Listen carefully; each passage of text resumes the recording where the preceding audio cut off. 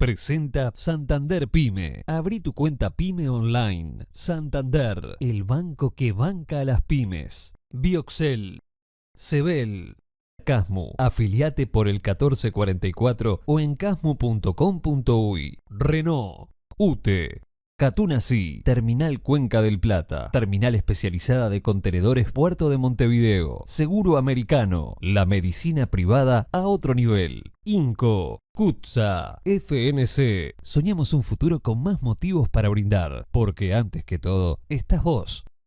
Salus, orgullo de nuestra naturaleza.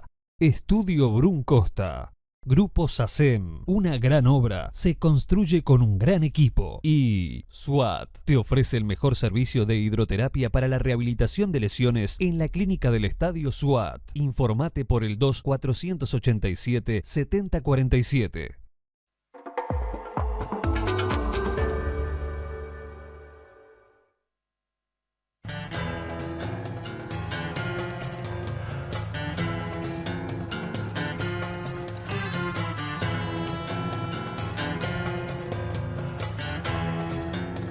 Buenas noches, gracias por estar ahí. Estamos en La Mira, estamos en BTV. Más adelante vamos a estar con Yamila Cabrera de la Asociación de Defensores de Oficio, hablando de la situación de que en este país hay gente que pasa por los estrados judiciales, es juzgada, es condenada y nunca tuvo un defensor. En esta, que es una, dicen, de las democracias más perfectas del mundo, se violan sistemáticamente los derechos humanos. Vamos a estar con Ricardo Galarza, que va a estar analizando algunos aspectos de la guerra en Ucrania. ¿Es Putin un simple imperialista o la situación es un poco más compleja que esa vista desde Occidente? Pero en este primer bloque estamos con Gabriela Di Longo, presidenta de la JUTEP, la Junta de Transparencia y Ética Pública. Gabriela, muchas gracias por estar. Gracias a ustedes por invitarme. ¿Cuál es la función de la JUTEP? Bueno, tiene varios cometidos que los establece la ley. Asesora a nivel nacional con todo lo relacionado a la corrupción y a la ética pública. Tiene que proporcionar políticas públicas y normativas relacionadas con los temas que establece la ley. Asesora al Poder Judicial también en todo lo vinculado a la corrupción y a la ética. Recibe y custodia las declaraciones juradas a los que están obligados a presentarlas. Y después tiene también una tarea de difusión de todos los principios de ética pública. Y como último es una tarea de atender todos los compromisos internacionales que recibe a través de las recomendaciones de distintos organismos internacionales. Cuando dice asesora al Poder Judicial en cuestiones de corrupción, por ejemplo, ¿no? Un ejemplo. El Poder Judicial puede solicitar a la JUTEP un informe técnico respecto a un tema específico. Que se está tratando a nivel de la justicia. Específico, relacionado a ética, más que a ética, corrupción, ¿tá? A lo que implica la corrupción pública. Lo pueden hacer y, bueno, yo ingresé recién ahora en febrero, sí, pero sé que ha habido casos que la justicia solicitó ese asesoramiento. ¿Les corresponde una mirada y todo el Estado? Sí. ¿Cuántos funcionarios son? 11. Más los 3 directores, 11 funcionarios y 3 directores. En esos funcionarios son administrativos, son técnicos, son abogados, tienen especialidades. No, son todos administrativos menos una profesional que es abogada. El resto son todos administrativos. ¿Alcanza con una abogada? No, lógicamente que no.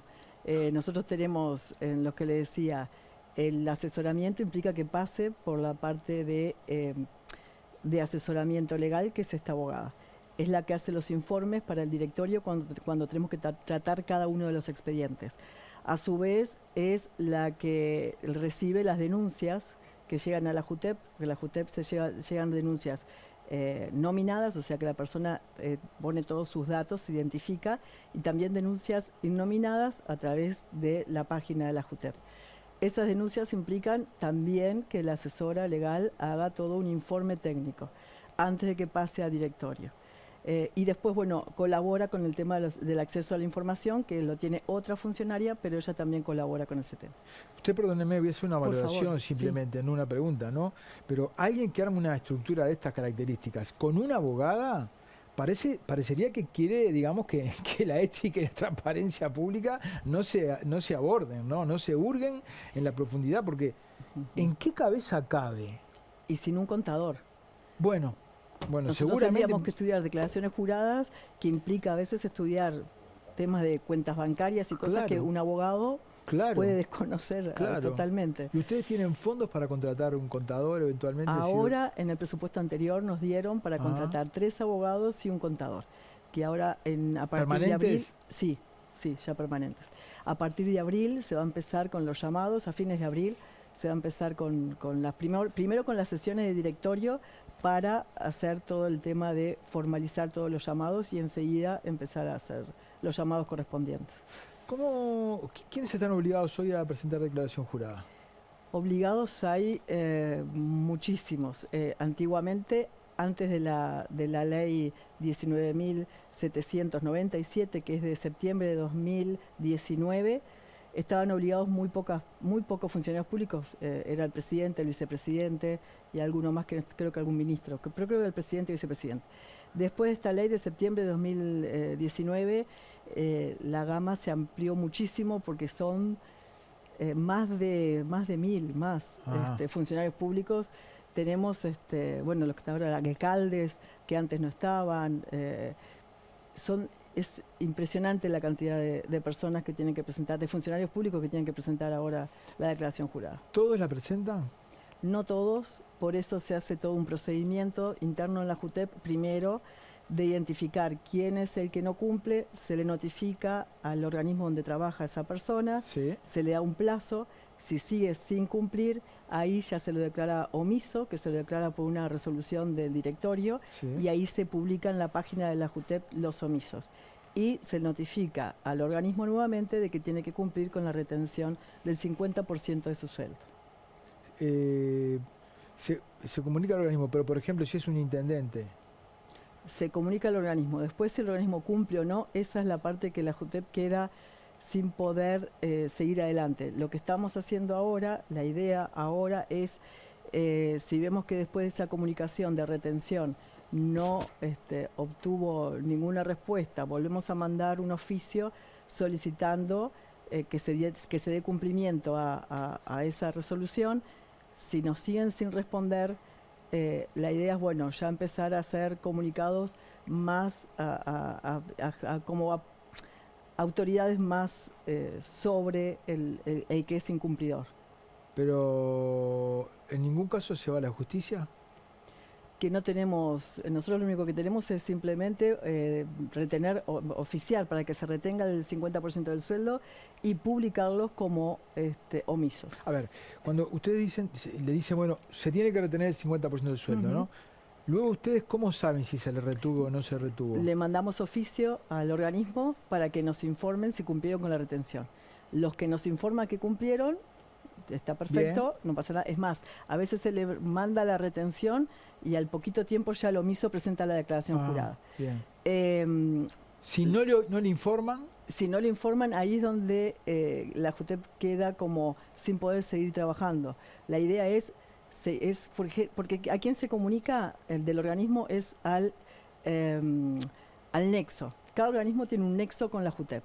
Entonces, nosotros comunicamos ese oficio al nexo. El nexo es el funcionario que cada organismo determinó como responsable. Si vemos que ese oficio de incumplimiento llega al nexo, el nexo no nos contesta, la idea ahora es que ese oficio ahora ya no quede en el nexo, sino que vaya a la jerarquía máxima del organismo.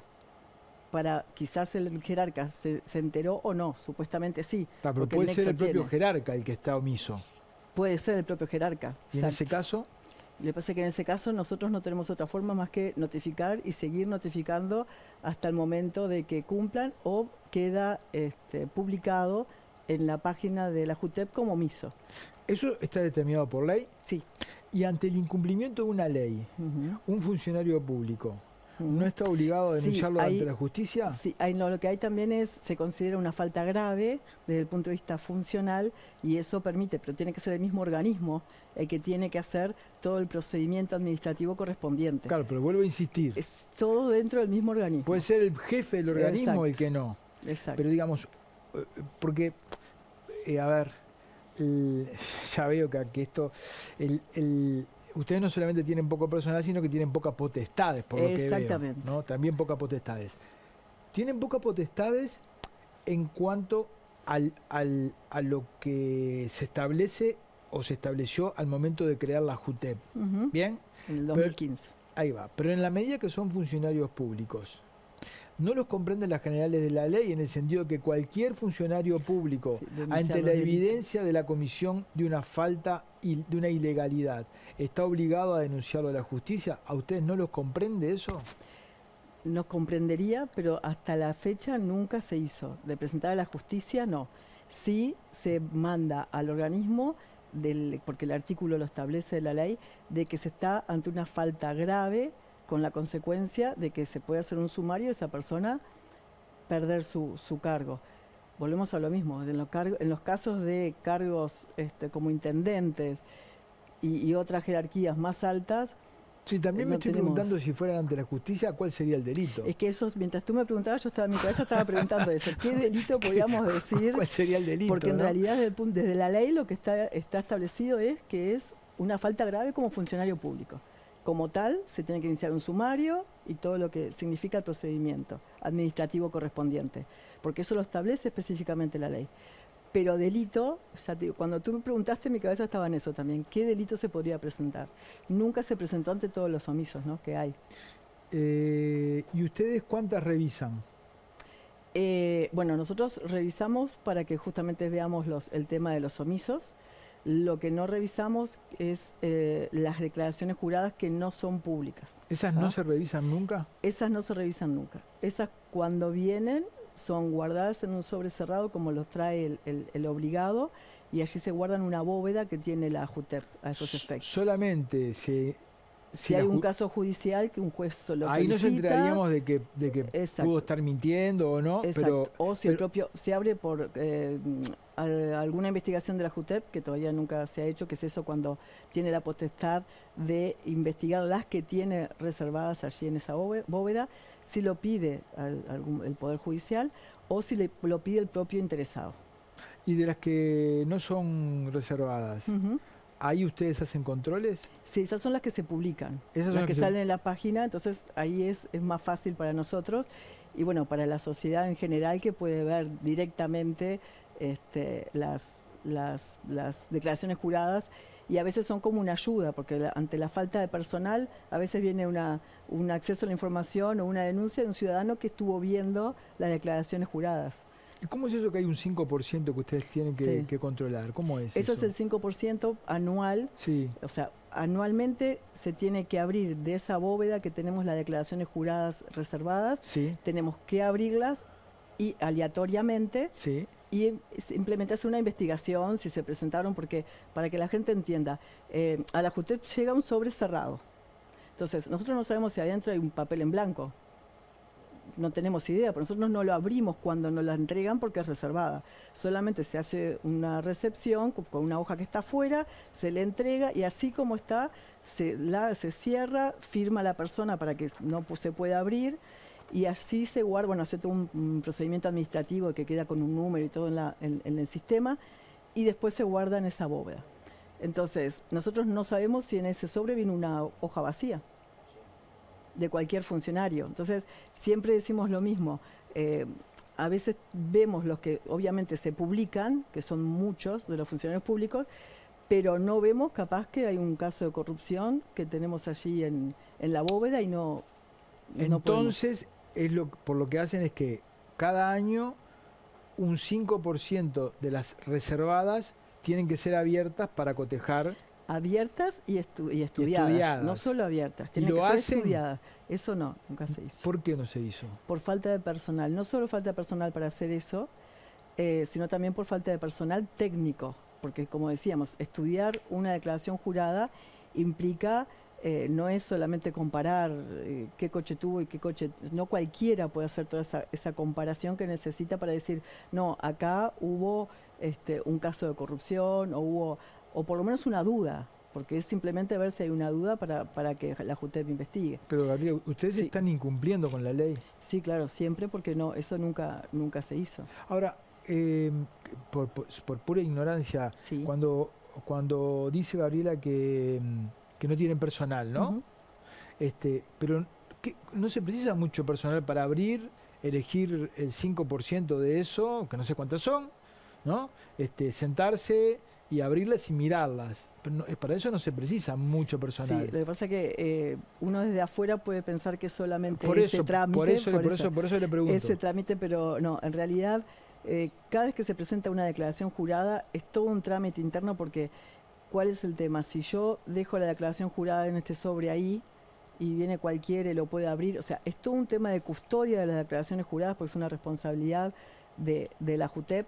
Cada documento que nos dejan es una responsabilidad para nosotros, lleva todo un procedimiento interno de cómo tiene que dar cada paso hasta que llega a la bóveda. Entonces, eso implica, hoy por hoy tenemos una persona que recepciona y las otras 2 personas que hacen todo el procedimiento interno.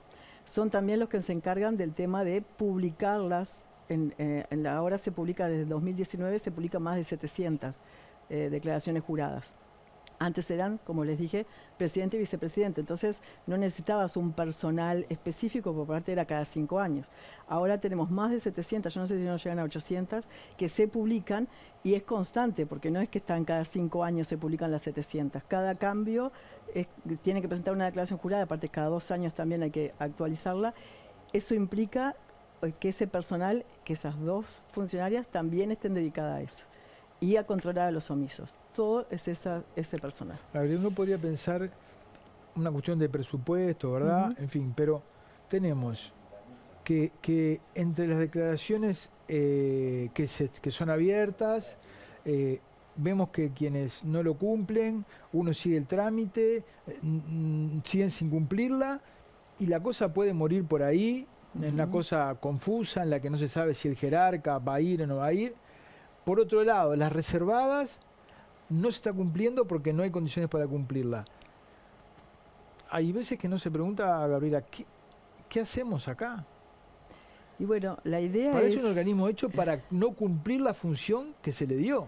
Yo creo que es la ley que creó la JUTEP, cuando la creó como servicio centralizado, antes tenía otro nombre y estaba dentro del Ministerio de Educación y Cultura, no era JUTEP, tenía un nombre bastante extenso y estaba más relacionado a la parte económica por el tema de la corrupción.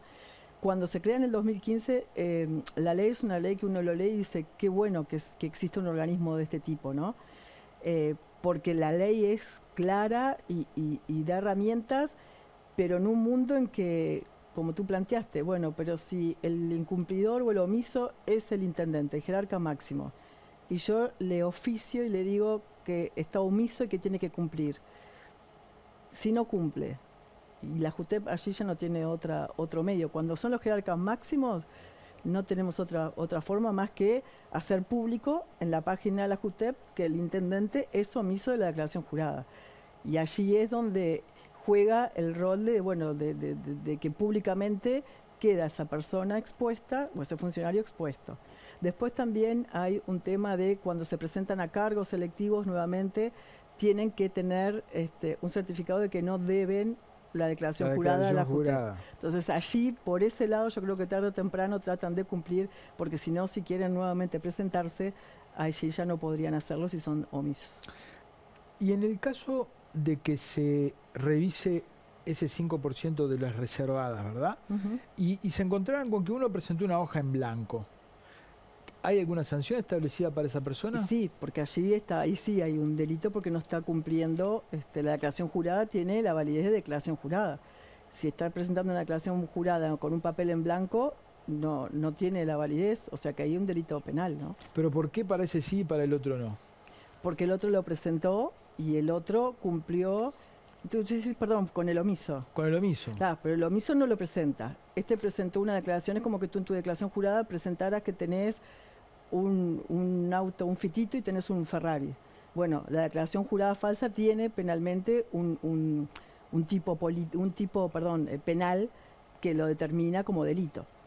El omiso no tiene más que la parte, como te dije hoy, administrativa.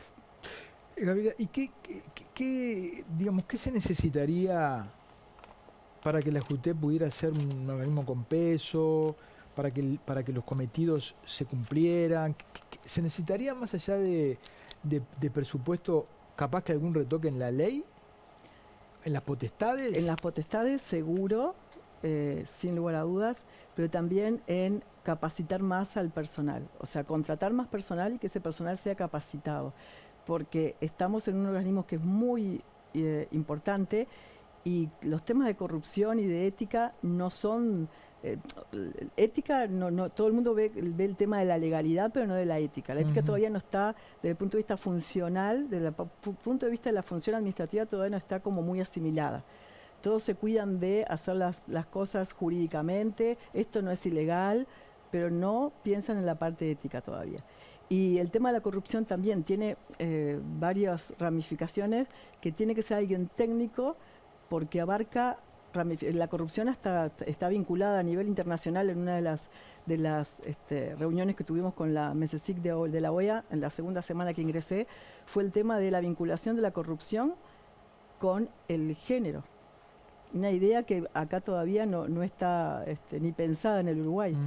Pero ya a nivel internacional ya se está tratando ese tema de corrupción y género. Entonces, la corrupción tiene muchas posibilidades y eso significa que tiene que ser los que la estudien, técnicos, que abarquen todas esas posibilidades de corrupción. Entiendo. Gabriela, le quedo muy agradecido, doblemente agradecido porque sé el esfuerzo que tuvo que hacer para venir. Muy amable. Muchas gracias a ustedes. Nos vamos a una tanda, ya volvemos.